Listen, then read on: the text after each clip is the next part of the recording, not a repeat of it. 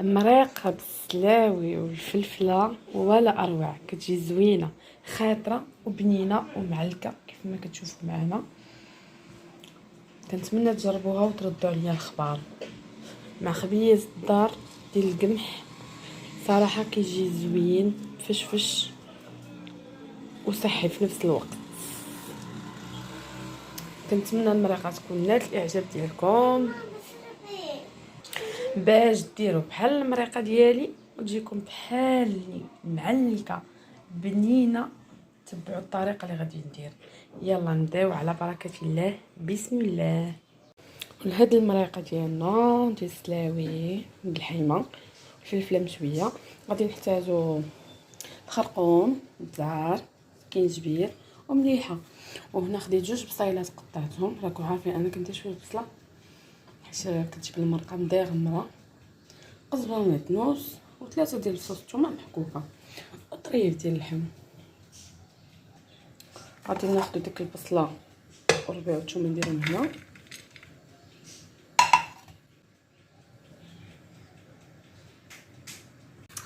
وغنضيفوا داك القوام مليحه غير شويه متكدروش حيت غير بالسلاوه ما كاينش الطعم. المهم وغادي نضيف غير شويه د الزيت. راكم عارفين اللحم ديجا فيه شويه الشحمه دونك ما كاين لا زيت كثيره. وغناخذوا هاد المقدار ديال نص كاس ديال الماء باش تقلل لنا الحليمه ديالنا. انا شعلت على البوطه دابا خليوها تقلى مزيان وانتم معايا. ملي تقلى رجع معكم. يلا دابا الحليمه ديالنا راها كتقلى وفي نفس الوقت انا درت دابا الفلفله تشوف في الفران. ما غاديش نشويها في البوطه غادي نشويها في الفران كتجي زوينه هائله.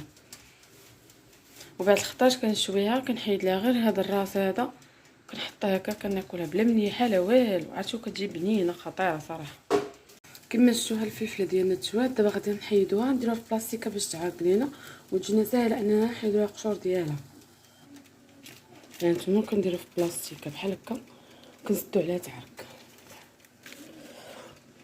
ها نتوما كنديروا لها الطريقه صافي كنخليوها تعرق واحد ربع ساعه ونقيوها. هنا راه نقيت السلاوي ديالي غنمشيو نشوفوا الحيمه ديالنا. ها هي الحيمه ديالنا تقلبوها على 2 جوايح ضروري تقلى لكم مزيان. من بعد ترويو الماء طايب وترميو السلاوي تسدوا عليه هذا حيت اللحم كيطيب تقريبا بحال السلاوي نفس المده. بالنسبه لهذا اش كنت نقول لك بالنسبه للفلفلات كنقشروها نساليو وكنقربوا نطفيو على الغدا ديالنا كنلوحوها من الفوق ونخليوها تغلي غير شويه صافي وكنطفيوها وغادي بيتنا واجد. بغيت نقول لكم ما تكثروش الماء حيت السلاوي اصلا كيطلق الماء دونك ديروا غير شي شويه ديال الماء. هانتوما خبيز هنا 2 خبزات عاجناهم. هانتوما الحيمه تقلات دابا مزيان شوف شوف بحال هكا. دابا غنرويو الماء. هانتوما شتو راه ما كثرتش الماء. دابا غنرمي السلاوي ديالنا صافي. دابا من بعد ما رمينا السلاوي غادي نسدو على الكوكوط ديالنا مده ساعه بالضبط. ساعه تحلوا عليها تلقاو المرقه واجده. من بعد ترميو ديك الفليفله وشويه زبيبه العود صافي وتخليوها تغلى واحد شويه وتطفيو عليها وغادي يوتنا واجده. ها هي الخبيزه كرستها شويه ديال الريتون وهذه الخبيزه الثانيه حيت 2 خبيزات. هانتوما دابا غادي نبدا نقشر الفليفله. هانتوما شوف ساهله دغيا كتحيد. ومع دابا الحراره احسن ما تبقاو في البوطه عرفتي كتشوي تما الحراره ويديكم كتسخن ووجهكم والله ما كتخشيوها في الفران كطيب تخرجوها ديروها في هذيك البلاصه كتعرق ربع ساعه وحيدوا لها الجليده. هانتوما كاين لا تماره لا حكايه. وهنا كتقطعوه موس كتحيدوا هذا الراس بحال هكا كديروا موس صافي كتحيدوا هذا بحال هكا. معك شاده التليفون بايد وخدامه بايد. المهم كديروا موس كتحيدوا هادشي بحال هكا صافي. مع السيبوره اللي كنت كنشد بها التليفون خسرات فاش مشيت نصاوبي لحظه خلات ماما قالت لي اي حاجه تصير لوحي قالت لي ما كتعرفيش تصاوبي. المهم نتوما معانا.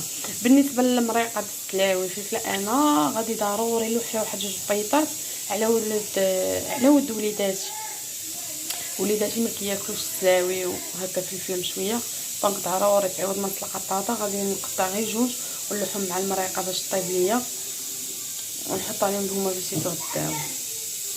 ها هي الفلفله ديالي من بعد ما طوطها كتقطع على هذا الشكل طولي صافي، وكترميوها مع السلاوي. هذا ما كان. انا دابا السلاوي ديالي ما غاديش نخليه ساعه، غادي ندير غير ساعه لاروب باش نحلو رمي ديك 2 بيضات. راكو عارفين على وليداتي، راكو عارفين الدرس انا ما كانش الطاطا ما كاين والو. ساعه لاروب غادي نحل عليه ورمي الطاطا ونعاود نزيد ربع ساعه صافي ونحل وها مرقتنا واجده. من بعد ما داز ساعه لاروب دابا غادي نرمي الطاطا كيف ما كتشوفوا. درتها على حساب وليداتي وصافي، قلت لكم 2 بيضات صافي باش ما كياكلوش ليا السلاوي. واحد ربع ساعه صافي. ديجا السلاوي لقيتو طيب صراحه، السلاوي لقيتو دابا ايوا صافي. غادي نزيد تصفر على واحد ربع ساعه وانا معكم. فهاد الوقيته هي خبيزه ديالي كطيب في الفران، خبيزه القمح صراحه كيجي بنين صراحه. المهم من بعد ما دازت ربع ساعه حليت على الفوق، رميت الفلفله كيف ما كتشوفوا، غنخليها واحد 5 دقائق صافي ونطفي. وما تنساوش زبيتات العود، ضروري زبيتات العود في الاخر. 5 دقائق ونطفيو عليهم ونحطوها ان شاء الله.